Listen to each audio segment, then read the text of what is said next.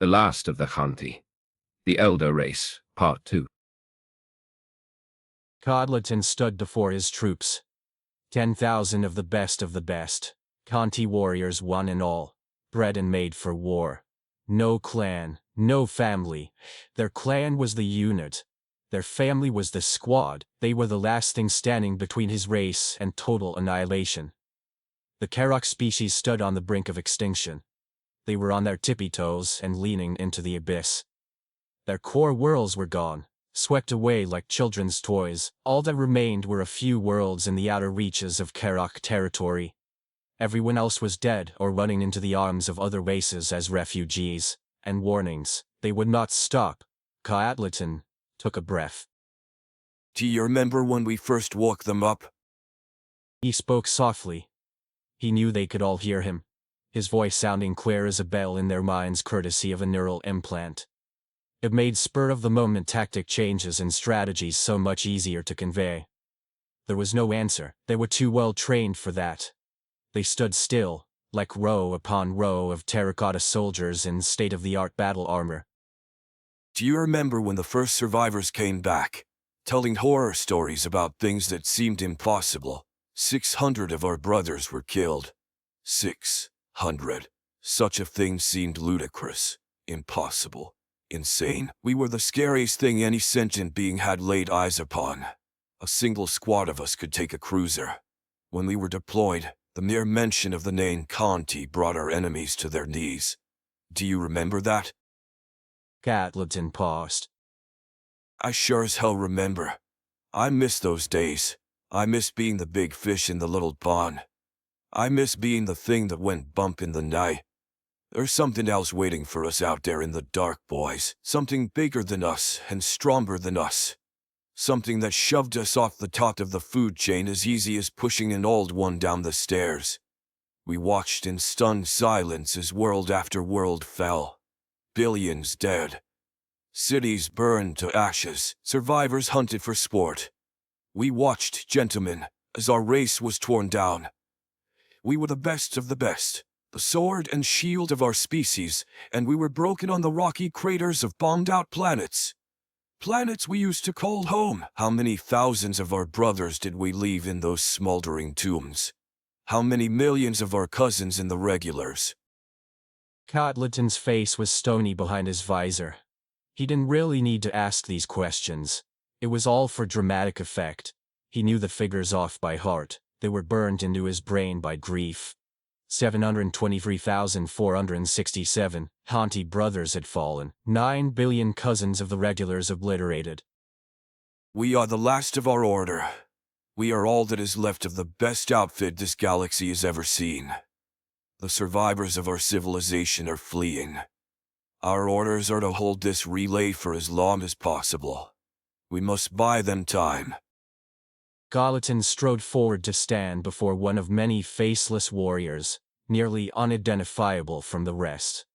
His face was obscured by the dark opaque material of the visor. His high-powered Viscount class assault weapon was held rigidly across his chest at a 45-degree angle.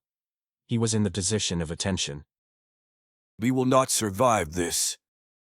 He strode purposely across the face of the drawn-up ranks of soldiers. Not a single one of us.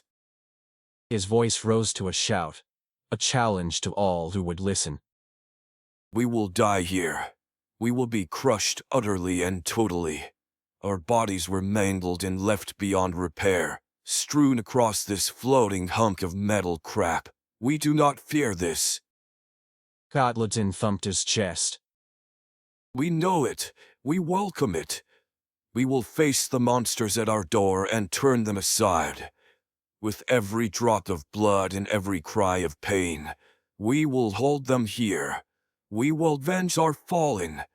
We will be a shining beacon to the last of our race. Our sacrifice will ensure that they will live. Our deaths will ensure that there will be someone left to remember us.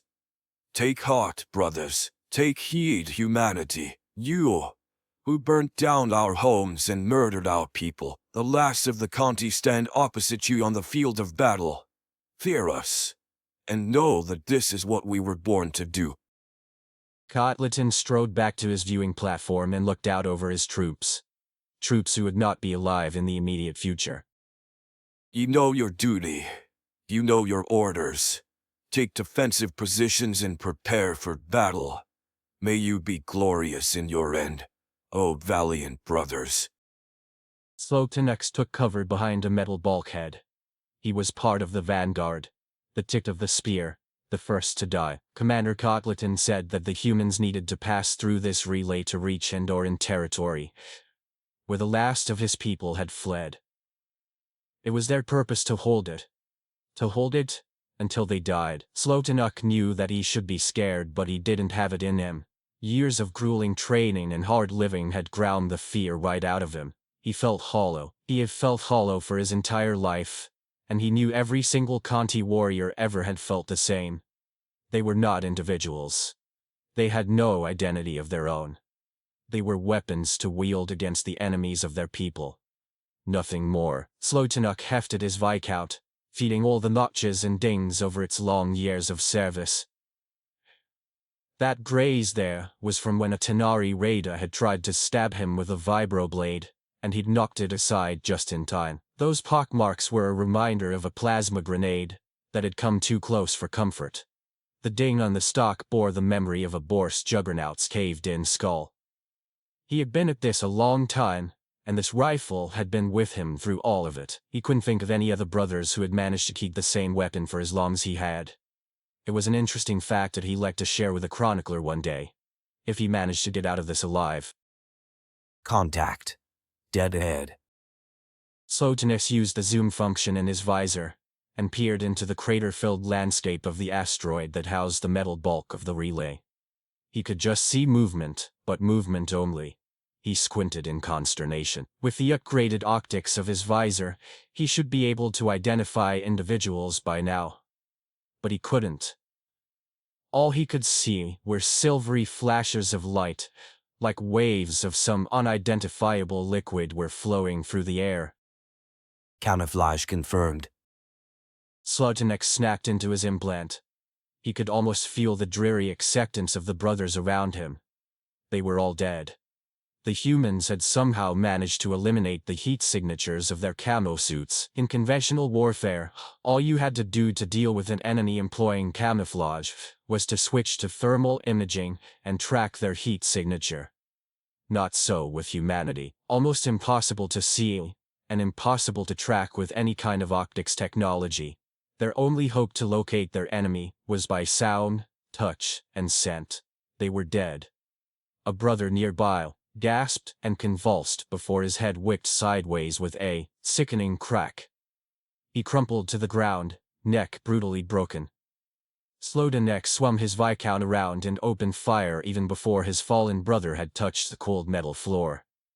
He'd missed. He knew it as soon as the first hyper-accelerated round exited the barrel of his gun, in an explosion of tiny blue flames. He knew it because he only got one round out before his rifle was cruelly ripped from his grip and flung away, breaking two of his fingers in the process. He knew it because he felt cold fingers of steel clutch at his throat and squeeze so tight his vision immediately began to fade to black. With his last iota of strength, as everything he was started to disintegrate into nothingness, Slotanuk forced his dying message through the network connected to his implant. Vanguard destroyed. Prepare for imminent assault. And then Slotanek died. There was disciplined silence on the barricade. After Slotanuk's dying message had finished reverberating through their skulls, there was a good 300 meters of open ground between the bulkheads that the vanguard had been using for cover, and the metal colossus of a defensive position that the rest of Khanti held. There was a series of 4 such barricades positioned behind them, each manned by a detachment ready to provide cover fire for those retreating from the previous defensive position. Various stared vigilantly out into the waste. He'd never seen a human before, and he supposed he wasn't likely to if they were using camo tech. But he'd heard the stories. Terrible, terrible stories. He'd heard that they were fast and strong, 10 times stronger than the strongest Khanti. He'd heard that only 50 of them took down 600 Khanti warriors on their home world, what his people called the cradle of life. When the core worlds fell, It was to a handful of ships. Their numbers were few, but their destructive capacity was on a scale never before experienced in this galaxy. Their tactics were vicious. Their morality was skewed. They dropped diseases and biological nightmares onto planets and just waited for everyone to die. They bombed civilians like they were nothing. As far as he knew, they never took any prisoners. It's like they were purposely sweeping everyone away, like they were wiping up a mess on a table. They were monsters. Varius shivered a little under his battlesuit. He was fresh out of the pit, the trading grounds for Khanti cubs. Everyone else was rock steady around him, unfeeling, unflinching. They were his brothers, but he didn't know them. All the brothers he remembered were already dead, burned to a crisp on vaporized ships, or torn apart by human warriors. These brothers were strangers. They were old, grizzled, and tough, while he was young and soft. They'd been living in war for longer than he had been living at all. That was how they had survived this far. That was how they faced their deaths with little more than a twitch. He did not belong with brothers such as these. He still had much to learn. Listen up, cub.